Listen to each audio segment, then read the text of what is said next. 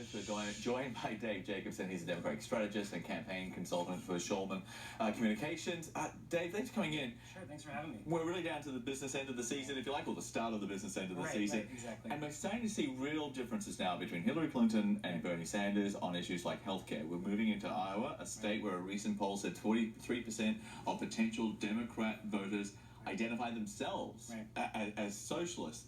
That would seem to give Bernie Sanders a pretty big edge in Iowa. Right. Well, I think he was sort of like driving the debate last night, right? And I think that's because Bernie Sanders is really tapping into people's frustration and their anxiety over the status quo, the dysfunction in Washington. They're looking for a political revolution, which is precisely what he's talking about. They're looking for something new. They want an overhaul of the broken, bitter politics in Washington. They want big changes, revolutionary changes, and that's what he's talking about. That's why he's surging in Iowa. I just want to, if you look at his poll numbers, he's surging with whites, with white voters. He's with people who earn maybe more than $100,000 a year. He's not surging with minorities, especially with African Americans, which is why he was in Alabama today trying to prove that. So if he doesn't get those minorities on side, how does he move forward?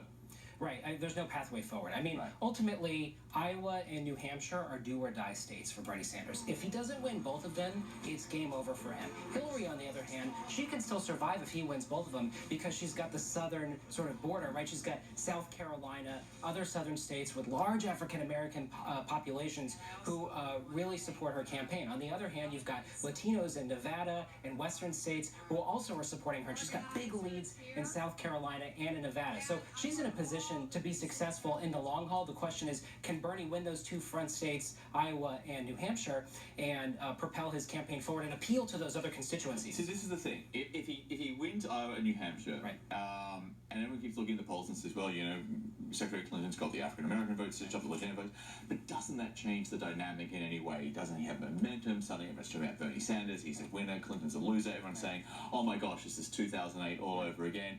So things change, and it's like the law of unintended consequences, right? Right, no, of course. I mean, we are in the momentum business, right? Yeah. So, like, if Bernie Sanders does win those two states, that's why I say, like, right now, he has no base within African Americans, or hardly any, right? Or with Latinos. She's dominating with those constituencies. But if he wins those two first states, that can propel him forward, give him the momentum and the electricity that he needs to appeal to other constituents who, frankly, right now are looking at him as not a real national contender for the nomination. How did Hillary Clinton manage to get herself into exactly the same position that she was in, you know, back in 2008? Only last time it was Barack Obama, not Bernie Sanders. Right. Well, I think the dynamics are very similar, right? Bernie Sanders represents revolution, overhaul, changing the status quo. He's the change guy, right? 8 years ago, that was Barack Obama. Hillary Clinton was more of the same, right? We had 8 years of President Bush. He said, look, we got to go back to the Clinton years when my husband was in the White House.